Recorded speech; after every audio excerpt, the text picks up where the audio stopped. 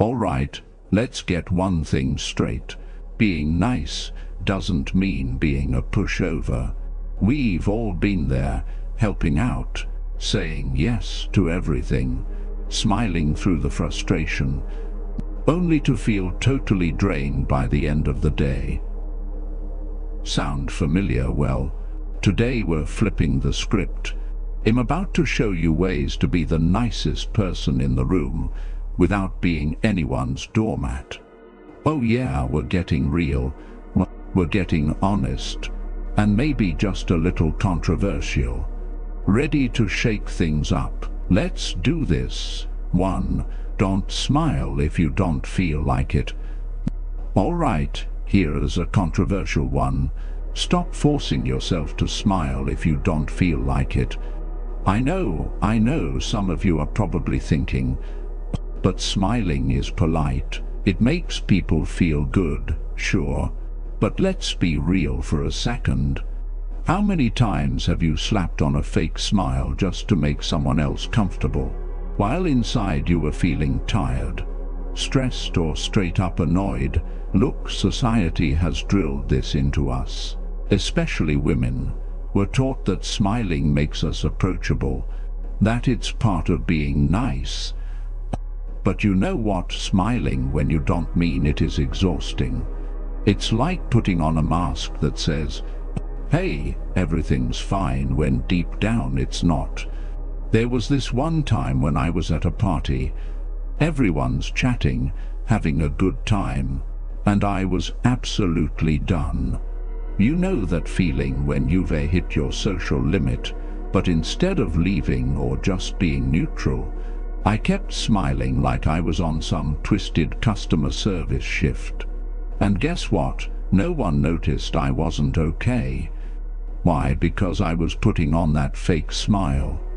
They assumed everything was fine because that's what my face told them. I was screaming inside. But hey, at least I look nice. Right, here's where it gets deep. Smiling when you don't feel like it is more than just annoying, it's dishonest. Not to them, but to yourself. You're telling yourself that your real emotions don't matter as much as keeping other people comfortable. And I'm here to say you don't owe anyone that. If you're not feeling it, don't fake it. People who truly care about you don't need your forced smile, they need your honesty. Now here's the kicker. Not everyone's going to like this. Some people will say you're being rude or cold if you're not grinning like a fool 24/7. But you know what? That's their issue, not yours. We're allowed to have a range of emotions. We're human, not cartoon characters. And hey, I'm not saying walk around with a permanent scowl.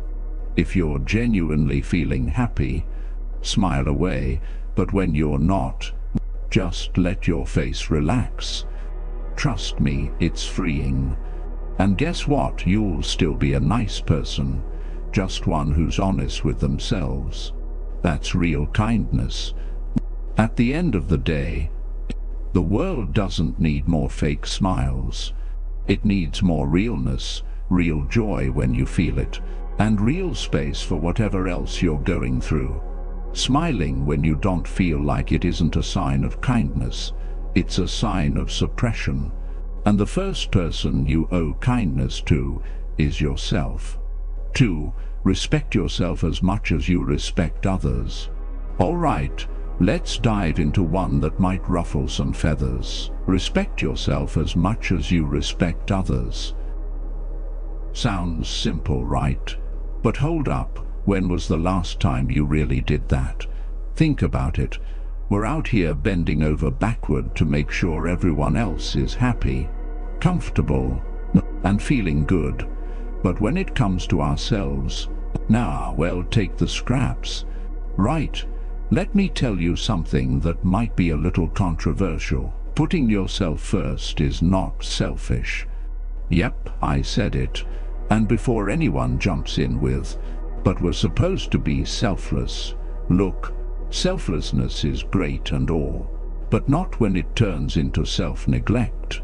I used to think being nice meant putting everyone else before me. You know, being the one who'd say, "No problem," while silently stressing out. But newsflash, that's not kindness. That's being a people-pleasing pushover. Here is a personal story.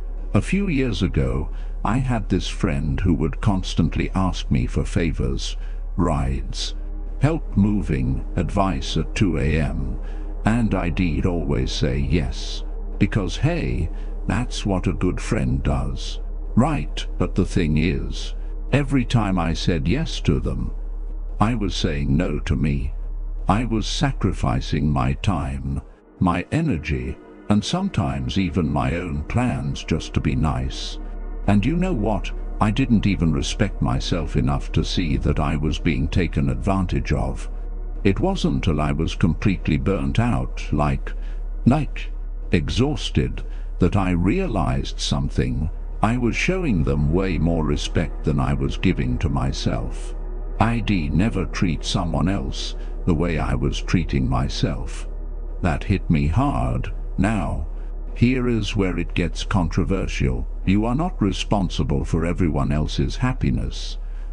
You just aren't. If you're constantly bending over backward for others and leaving nothing for yourself, that's not kindness. That's you disrespecting your own needs and boundaries. And here's the kicker. When you start respecting yourself more, some people aren't going to like it. They'll say you're being selfish or that you've changed. And guess what? They're right. You have changed. You've changed for the better. And look, I'm not saying go out and start being a jerk to people. I'm saying the same way you wouldn't let someone else be overworked, overwhelmed, or disrespected. Don't do it to yourself. Respect is a two-way street. But here's the thing. You are part of that equation too. It's not just about respecting others. It's about demanding that same level of respect from yourself. This can be hard for the people pleasers out there. You know who you are. But if you keep putting everyone else first, you're going to wake up one day and realize you're exhausted, unfulfilled, and maybe even resentful. The truth is, when you respect yourself as much as you respect others, you stop settling for less. You stop accepting behavior that drains you, because you know you deserve better. And here's the deep part. When you start respecting yourself, you teach others how to respect you too. People learn how to treat you based on what you tolerate. If you're constantly overgiving, overcommitting, and over-apologizing, guess what? That's what people will come to expect from you. But when you set boundaries and make your own well-being a priority, you attract people who respect those boundaries. The right people stay, and the ones who were only there to take advantage, they fall away, and that's a good thing. Real respect is reciprocal. It's not about being nice at the expense of yourself. It's about balancing your kindness with self-respect, and that's something worth standing up for. At the end of the day, you are just as deserving of love, care, and respect as anyone else. You can't pour from an empty cup. So stop trying. The more you respect yourself, the more you empower others to do the same. And here's the truth. If you respect yourself, your kindness becomes more genuine, because it's coming from a place of abundance, not depletion. 3. I'm so sein. 3. Be generous, but not at the cost of your sanity. Alright, let's get real about generosity. We've all been taught that being generous is one of the ultimate virtues. Right, but here is the controversial truth. You can be generous and still completely wreck your mental health. Yep, generosity can absolutely cost you your sanity if you're not careful. So let me say this loud and clear. Be generous, but not at the cost of your sanity, because once you hit that breaking point, no one's going to thank you for the burnout. And trust me, I learned this the hard way. Now I'm all forgiving. I love helping people, and I genuinely believe that the world needs more kindness. But here's where it gets tricky. When you're the go-to person for everything, when you're always the one who's there for everyone, giving all your time, your energy, your resources, what's left for you, you end up overextended, overwhelmed, and wondering why you feel so drained all the time. Sound familiar? Let me tell you, this is not generosity. It's self-sabotage in a nice disguise. Here's a personal story for you. I used to be that person, you know, the one who always says yes to every favor, every event, every charity drive, anything and everything. Need someone to help you move? I'm there. Want me to volunteer at the bake sale? Even though I don't bake, sure, why not? But here's what happened. I was giving so much of myself that I literally had nothing left. I'd say yes to one thing, and then someone else would ask for something, and I'd say yes to that too. Before I knew it, I was running on fumes, not sleeping well, feeling resentful, and worst of all, I wasn't even enjoying the helping anymore. Here's the kicker, no one was forcing me to be this generous. I was doing it to myself because I thought, if I don't, who will, or worse, if I say no, they'll think I'm selfish. But the reality is, people will take as much as you're willing to give, and that doesn't make them bad. It just means you have to know where to draw the line, because if you don't, they sure won't. So here's where it gets a little controversial.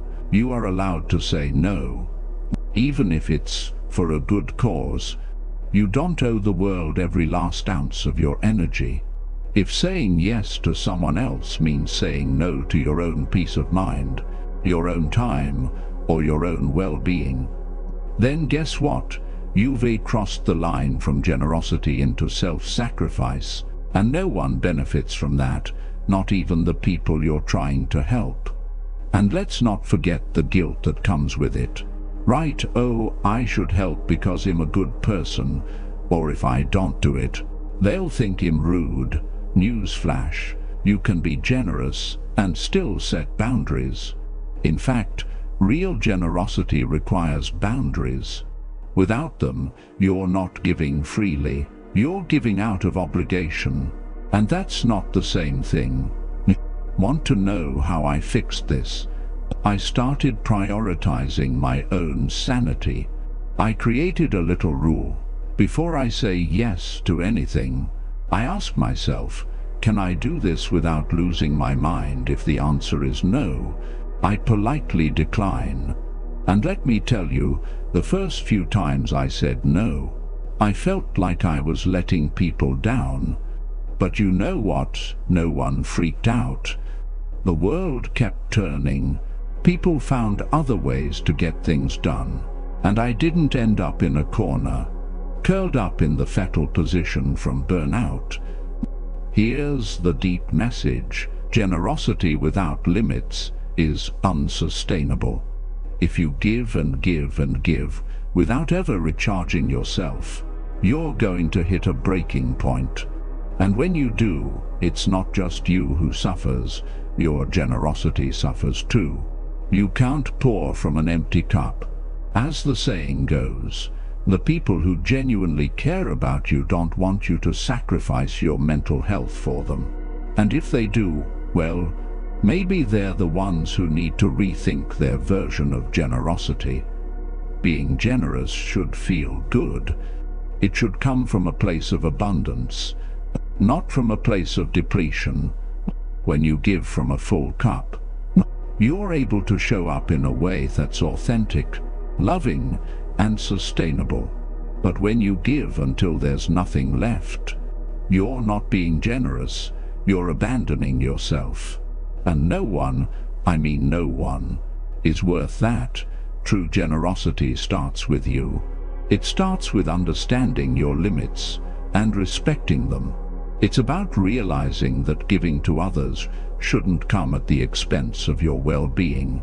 You can be the kindest person in the world and still say no. In fact, sometimes that no is the kindest thing you can do for you and for them. Because when you protect your sanity, you protect your ability to keep giving in a way that's meaningful and healthy. 4. Don't say yes just to avoid conflict. Okay, time to tackle a big one. Saying yes just to avoid conflict. Now, I know what you're thinking, but isn't it easier to just agree and keep the peace? Sure. It might seem easier in the moment, but trust me, you're not doing anyone any favors. Saying yes just to dodge an uncomfortable conversation might seem like the nice thing to do, but, spoiler alert, it's not. In fact, it's a recipe for resentment, burnout, and feeling like you're always getting the short end of the stick. Here's the cold, hard truth, and this might get a little controversial. People-pleasing is not kindness. Yep, I said it. If you're constantly saying yes just to keep the peace, just to make someone else happy, or just to avoid a fight, you're not being kind.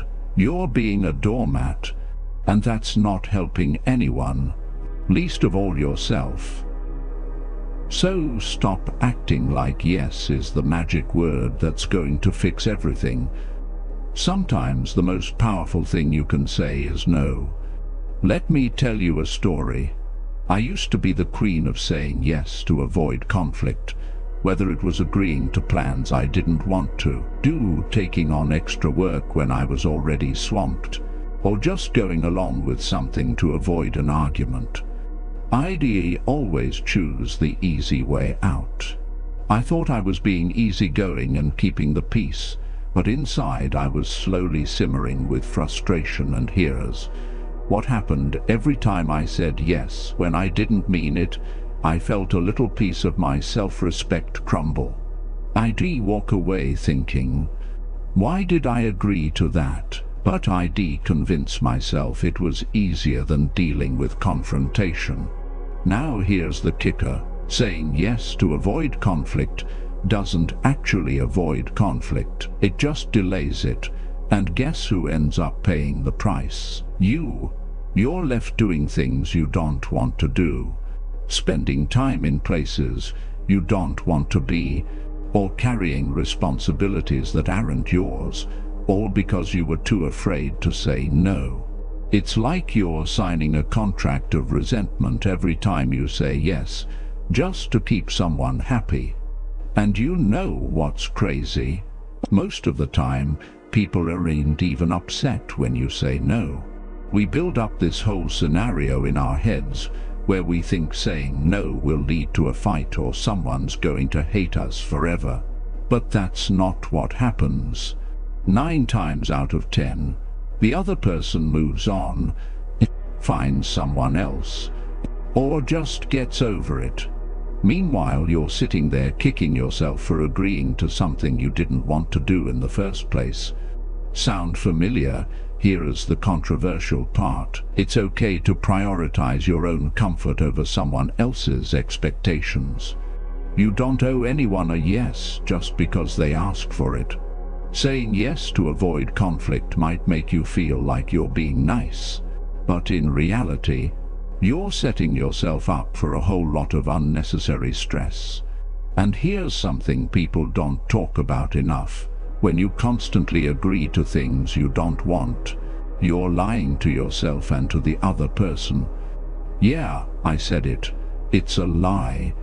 You're pretending to be okay with something you're not. And that's not just unkind to you. It's unfair to them. Want to know how I broke this habit? I started practicing what I call kind rejection. Sounds fancy, right? It's really simple. Instead of saying yes when I didn't want to, I learned how to say no without being rude. For example, I'd love to help but I'm swamped right now, or that sounds fun but I need to recharge this weekend. You'd be amazed how much relief I felt once I started doing this. And guess what? No one freaked out. No bridges were burned. And I finally felt like I was being honest with myself. Here's the deep message. Avoiding conflict by saying yes is a short-term fix for a long-term problem. Every time you avoid conflict, you're also avoiding growth. You're teaching yourself that your comfort, your needs, and your boundaries don't matter as much as keeping the peace. But conflict, when handled with respect, can actually strengthen relationships. It shows that you're willing to be honest, even when it's uncomfortable, and it teaches the people around you that you're not just there to serve their needs. You have needs too. Now, this doesn't mean you have to be confrontational or rude. It means you have to be real. The next time someone asks you to do something and you feel that pit in your stomach, take a second, ask yourself, am I saying yes because I want to, or because I'm afraid of what will happen if I say no? If the answer is the latter, then it's time to break the cycle. And remember, no one ever died from politely saying no. Saying yes just to avoid conflict is like putting a band-aid on a leak. It might hold for a while, but eventually the pressure builds and you're left dealing with an even bigger mess. Real kindness to yourself and others, requires honesty. Sometimes the nicest thing you can do is say no. Set a boundary and avoid the resentment that comes from agreeing to something that doesn't serve you. Because the truth is, when you respect your own boundaries, you teach others to respect them too. 5. Speak your truth, even if it makes others uncomfortable. Alright, buckle up because this one's going to hit hard. Speak your truth, even if it makes others uncomfortable. Yep, you heard me right. We've been taught to sugarcoat, to play nice, to keep things smooth. But sometimes the truth just isn't pretty. And guess what? That's okay. You're not here to make everyone else feel cozy at the expense of your own integrity. So today, I'm giving you permission, no, encouragement, to speak your truth, even if it shakes the room. Now this is where it gets controversial. A lot of people believe that in order to be nice, you should avoid saying things that might upset others. But here's the thing. Sometimes the truth needs to upset people. If you're constantly holding back what's real for you just to avoid a little discomfort, you're not being nice. You're being fake. And I don't know about you, but I'd rather have real conflict than fake harmony any day. I remember a time when I kept my mouth shut just to keep things easy. I had this group of friends, and there was this one person in the group who would always cross the line, like they'd make rude jokes, say hurtful things, and everyone would just laugh it off. I'd sit there gritting my teeth, thinking this is not okay, but I never spoke up. Why? Because I didn't want to be that person. You know, the one who makes things awkward, the one who calls people out. So I just let it slide until I couldn't anymore. One day this friend made a joke that was way out of line, like deeply offensive, and I couldn't stay quiet anymore. I spoke up. I told them, that's not funny, it's actually hurtful and you need to stop. And let me tell you, the room went silent. Everyone looked uncomfortable. And for a second I thought, oh no, I've ruined everything. But here's what happened next. Instead of blowing up, the person actually paused, apologized, and stopped. The group dynamic changed because for once, someone had the guts to say what needed to be said. Sure, it was awkward in the moment, but it was a turning point. Here's the thing, the truth can be uncomfortable, but that doesn't make it any less necessary. When you hold back your truth, you're telling yourself and everyone else that avoiding conflict is more important than being authentic. And honestly, that's not a life I want to live. I'd rather have an awkward moment of honesty than spend years biting my tongue and feeling resentful. You deserve to take up space with your truth. And if people can't handle it, that's their problem, not yours. Now, I'm not saying go out there and be rude or aggressive. There's a way to speak your truth with kindness and respect. But let's be real, even when you're kind about it. Some people just aren't going to like hearing the truth, and that's where it gets tricky. We've been conditioned to think that if someone's uncomfortable, we must have done something wrong. But here's the reality, discomfort is part of growth. If your truth makes someone uncomfortable, it might be exactly what they need to hear. And let's be honest, you know when you're holding back. You know that feeling when something's bubbling up inside you, and you just swallow it down because you don't want to rock the boat. But guess what? Boats need rocking sometimes. If you're always staying silent to keep the peace, you're not just betraying yourself. You're betraying the relationship. Because real relationships, whether they're friendships, romantic partnerships, or even work dynamics, are built on honesty, and honesty isn't always comfortable. Let's talk about the deeper side of this. When you consistently hold back your truth to avoid making others uncomfortable, you start to lose yourself. You become a version of yourself that's more about what others want to hear than who you actually are. And that's dangerous. You end up feeling invisible, resentful and disconnected from yourself and from others. The real you deserves to be seen and heard, even if it makes waves. Speaking your truth doesn't mean being confrontational for the sake of it. It means honoring your feelings, your boundaries and your beliefs, and communicating them clearly. And yeah, it might shake things up.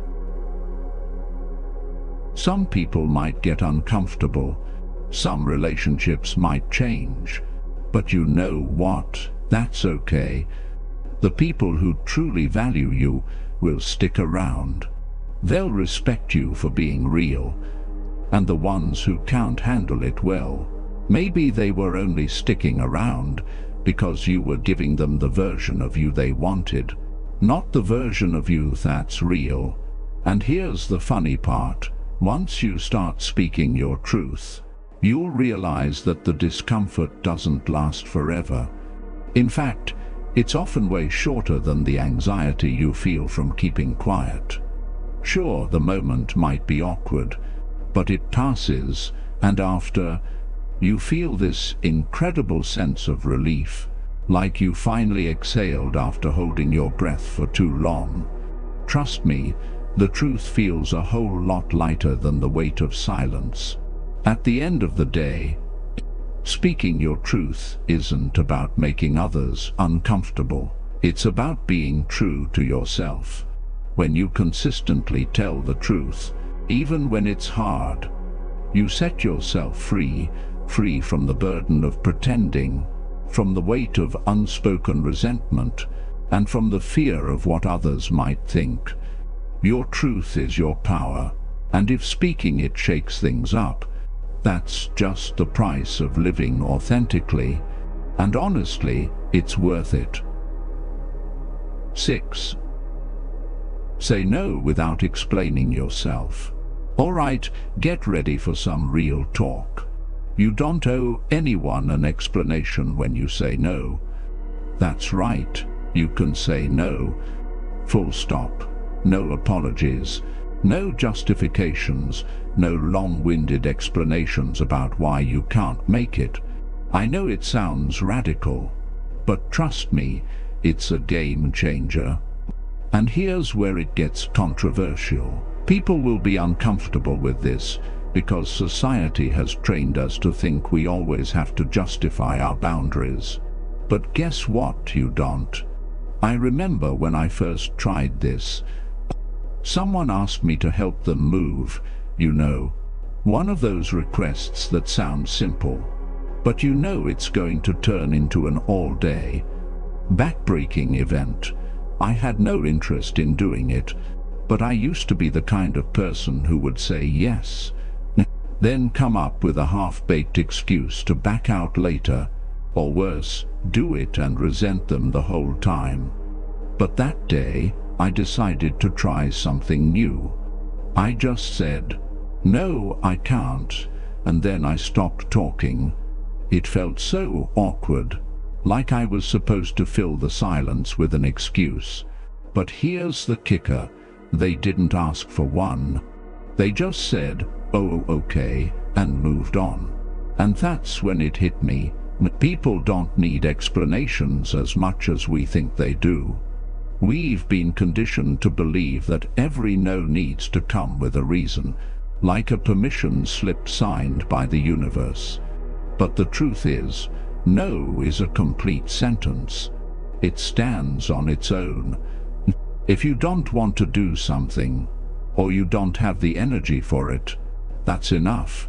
You don't need to follow it up with, "Because I have other plans," or "I'm just so busy." Nope. Just say no and let it hang in the air. Now I know what you're thinking, but won't people think I'm rude? Maybe, but here is the honest truth. People will respect you more in the long run for knowing your boundaries. When you say no without explaining yourself, you're making a statement. I value my time, my energy, and my priorities enough to not justify them to anyone. And that's powerful. Here's where it gets controversial. Explaining your no actually weakens it. Yeah, I said it. When you follow up a no with a long explanation, you're opening the door for negotiation. It gives people the chance to poke holes in your reasoning. "Oh, you're busy. Well, what about next weekend?" Or, "You can't afford it. I'll cover you this time." Suddenly, your no turns into a maybe, and before you know it, you're stuck doing something you never wanted to do in the first place. Let me give you a personal example. There was a time when I used to give these long, drawn-out explanations for everything. A friend would ask me to go out, and instead of just saying, "No, I don't feel like it," he'd launch into this whole speech about how I was tired, had worked the next day, and really needed to save money. Guess what happened, they'd say? "Oh, come on, it'll only be for an hour. I'll buy your drinks. You can leave early." And guess who ended up going out? Me, every single time. Why? Because I gave them room to negotiate. I didn't realize that I was inviting them to convince me otherwise. Eventually, I got fed up. I was tired of being guilt-tripped into things just because I didn't want to sound rude. So I started saying no, and then I stopped talking. The first few times, it felt weird. The other person would look at me like they were waiting for an explanation that never came. And it was awkward, I won't lie. But you know what? It worked. People stopped pushing. They accepted my answer because I didn't give them anything to argue with. And the best part, I didn't feel drained from constantly having to justify myself. Here's the funny thing. The more you explain your no, the more you convince yourself you're wrong for saying it. You start to feel guilty, like maybe you're being selfish or unreasonable. But you're not. You have every right to say no without defending your decision. Not every choice you make needs to be up for debate, especially when it comes to your time, your energy, and your mental health. And this is where we get to the deep part. Saying no without explaining yourself is about reclaiming your power. Every time you feel the need to explain your no, you're subconsciously telling yourself that your boundaries aren't valid unless someone else understands or approves of them. But your boundaries are valid because you set them.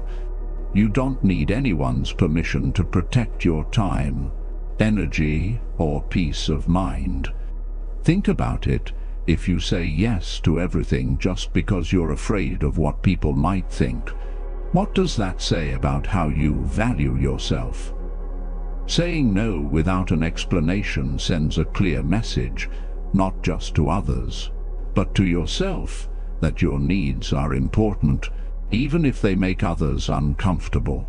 And here's the truth: if someone needs an explanation to respect your no, they probably weren't going to respect it in the first place. So next time someone asks you for something you don't want to do, practice this: no, thank you, period. That's it. You don't owe them a reason, and you don't owe them your time. You owe it to yourself to prioritize what's best for you. And sometimes that means saying no without a single word of explanation. And let me tell you, the freedom that comes from doing this, it's worth every awkward pause. At the end of the day, your no is as valuable as your yes. When you stop feeling the need to explain your decisions, you step into a place of self-respect and empowerment. Saying no isn't selfish, it's self-preservation. And remember, you don't need to explain or justify your boundaries to anyone. The only person who needs to understand them is you. So own your no, stand by it, and watch how much lighter life feels when you're not constantly defending your choices. All right, folks, that's a wrap. We've covered some seriously game-changing ideas today. Saying no without feeling guilty, speaking your truth, even if it makes others uncomfortable, and letting go of the need to explain yourself. These aren't just strategies, they're superpowers, and trust me, once you start putting them into practice, you're going to feel a whole lot more empowered, less stressed, and way more in control of your own life. I know some of this might feel a little controversial, maybe even a bit uncomfortable, but remember, growth doesn't happen inside your comfort zone. It happens when you start setting boundaries, speaking your truth, and realizing you don't have to bend over backward just to make everyone else happy. Your time, your energy, your peace of mind, they matter. And hey, if this video made you squirm a little, maybe that's a sign it's time to start shaking things up in your own life. So here is your homework. Try saying no without explaining yourself at least once this week. Trust me, it'll feel awkward at first, but once you get the hang of it, you'll wonder why you didn't start sooner. Now, if you enjoyed today's video, hit that like button. Share it with someone who needs to hear this, and don't forget to subscribe. We're all about living life with boundaries, honesty, and a whole lot of self-respect around here. And remember, you're not being mean when you take care of yourself. You're just being real. Until next time, keep speaking your truth. Hold your ground, and don't let anyone make you feel guilty for protecting your peace. You've got this. Thanks for watching, and I'll see you in the next one.